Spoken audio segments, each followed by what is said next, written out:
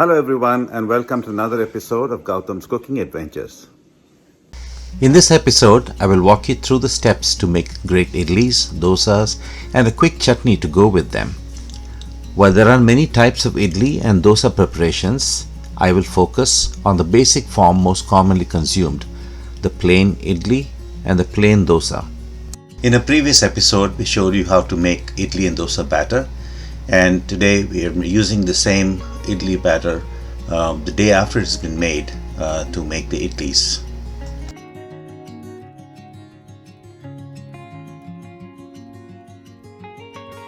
To make my idlis, I have an idli maker, so I basically am going to steam the batter in the idli vessels, and I basically have a large pot with some water in it that will be set to heat up. And here's my idli pans, and I'm going to start putting the batter into them and then steam them till they're ready, and that's how the idlis are made. The water started to heat up. I've already put all the batter into the idli stand. I'm now going to transfer the stand over into the large dish and cover it with a vent open. It has a little vent on top to allow this steam to go out, so that's what we will do. And now it's going to cook in the steam for about 5 to 7 minutes. Cooking for a longer time doesn't hurt it at all, but cooking less will mean that it will not cook fully, so just be mindful of that. I'll show you again as soon as we're done with this.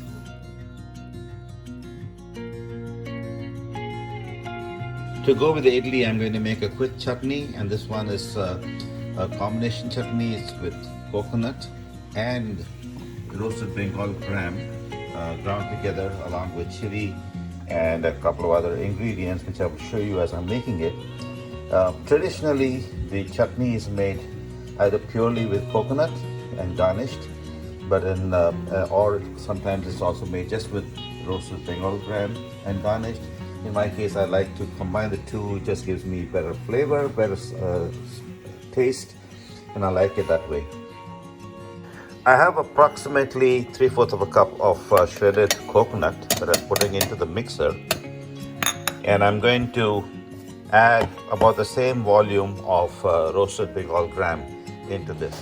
I've added the Bengal gram, and now I'm going to add to this 3 Thai chili. We like our chutneys to be spicy, so I've added the 3 Thai chilies. All we need is salt to complete what we need over here before we do the garnishing, but I have a special recipe where I actually use some curry leaves even as I'm grinding it. It adds to the taste much better than just the garnishing alone. So here's what I'm doing is adding some curry leaves into this when I'm grinding it. All I need is a little bit of water just to cover the mixture, just a little above that, so that I can grind into a paste. I've added the water, added the salt, and all I need to do is cover this and put it on the mixie and start the grinding process.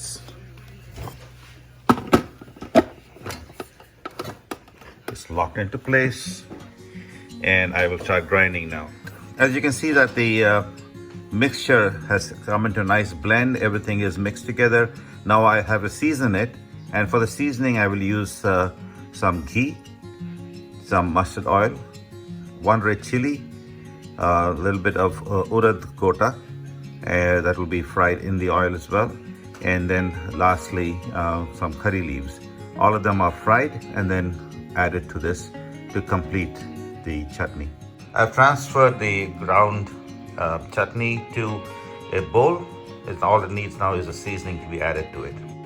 The idlis have been cooking for over 7-8 minutes now.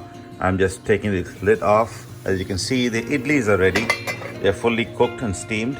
It's ready to take it off the stove now. Now a good way to test this is see how fluffy they are. You can press it in. They're nice and fluffy, but they're firm at the same time. This is when they're ready. Okay. So I'm going to start taking the idlis out. It's as simple as just taking this and dropping it off. It's nice and soft and fluffy, but it's firm as well. Idlis are just perfect.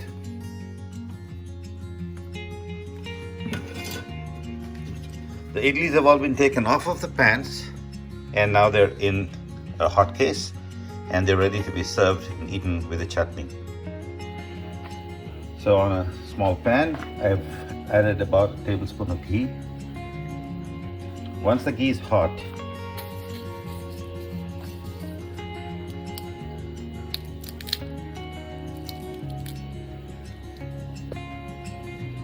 I will add to this 1 red chili, just slightly broken.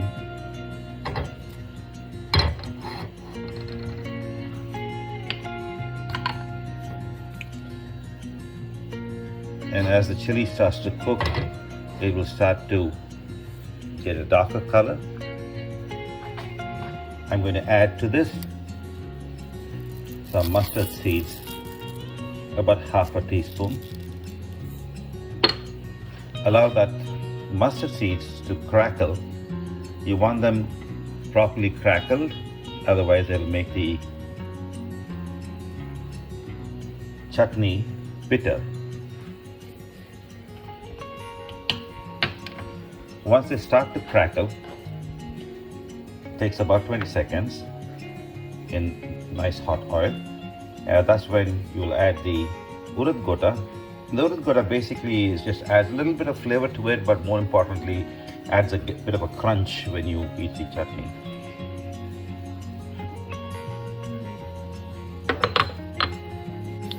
The mustard seeds are started to crackle, and this is when I'm adding the Urad Dal.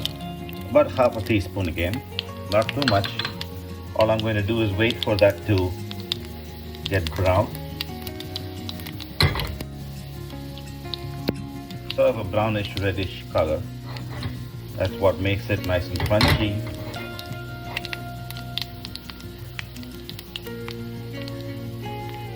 Now all of this is being done on a high flame, medium to high flame. You want the oil to be nice and hot while all of this is being done.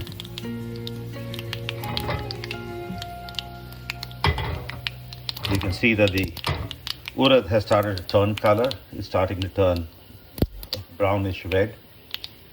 I'd like it to be a little more because it gets more crunchy at that point. And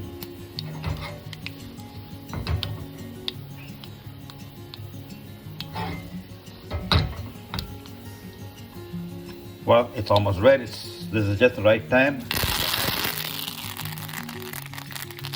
Curry leaves to it. Switch the gas off. And right now it's ready as a seasoning to be transferred into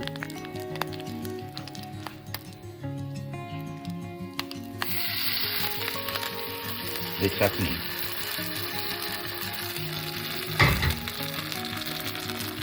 And there you have it, folks. The chutney is ready. As you can see, the idlis are ready. They've been plated with the chutney. Ideally, you want to add some ghee on top of the idlis and then eat them. Now, just so you know, see how nice and soft they are inside. Fluffy and soft on the inside as well.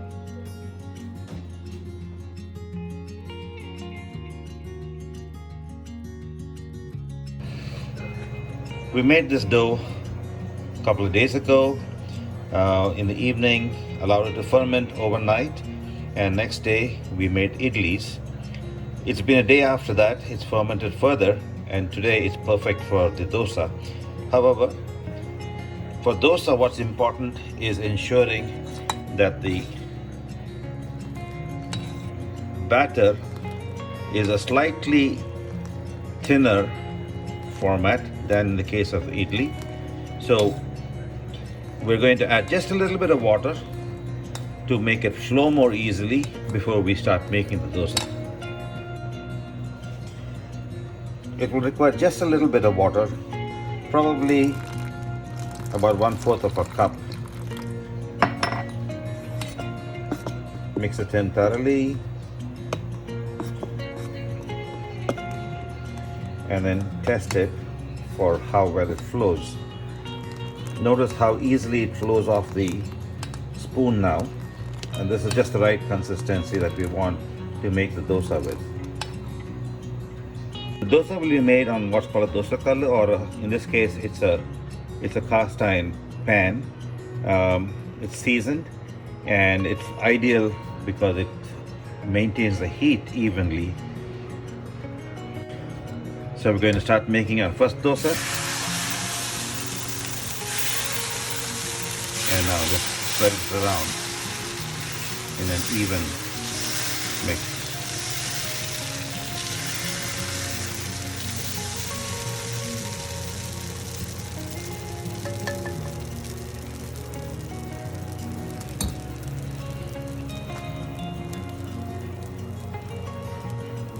We'll spray some oil to allow it to fry well.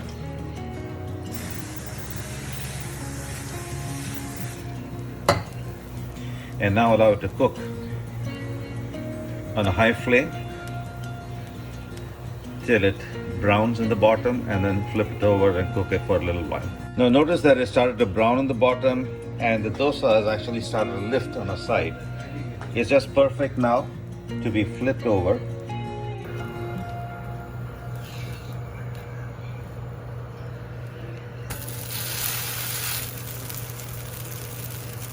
Now some people may like it more brown, it may be more crisp. It's your choice. Some people don't like it as crisp. So this one is not going to be as crisp, but I will also make another one that will be crisper. We just want to cook the other side for a minute or so, just so that it cooks the batter on the inside as well. And then it's time to flip it over. You can notice it's browned, the batter is cooked, and just turn it over and you have a perfect dosa. Both idli and dosa are usually eaten with a chutney and quite often with a sambar. We already showed you how to make the chutney in this episode, and we have also will be publishing a new episode making of sambar. This sambar was made the previous night and just right for today. Now that I've taken my first dosa off, it's important that I get the pan back to a reasonable heat, not too hot. Right now the pan will be very hot, so I'm going to turn the stove down, and what I will do is use some cold water, spread it around and allow the pan to lose part of its heat. And basically what I want to do is, when I finish with this, all the water doesn't entirely disappear, it takes a little while for it to go, and that's when the pan comes to the right temperature to roll out the next dosa. So now that I've cooled the pan, I'm going to start the next dosa. This one I will make a crisper variety than I did in the past. Note how much more easy it is to spread the batter as well, now that the pan is not as hot as earlier.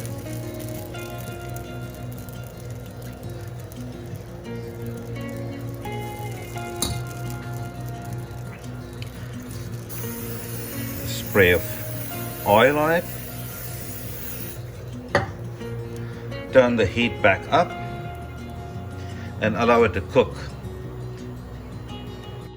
Now, one of the problems with a pan with the heat, it's not always evenly distributed depending on your stove. So sometimes you might need to change the position. What I do typically is halfway through the cooking process, I just turn it over, 180 degrees, so it cooks evenly. As you can see, the dosa has started brown in the bottom. Also, the dosa has separated from the pan. It kind of popped up a little bit. I'd like it to be a little more browner because I want it crisper this time.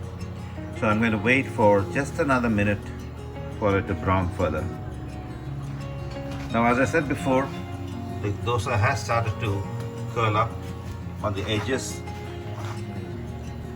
as you can see the brown that's forming, and this is basically on the other side.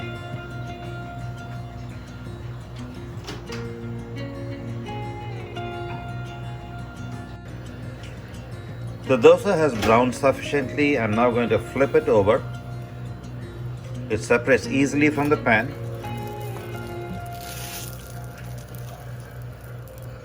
You can see it's nicely evenly browned.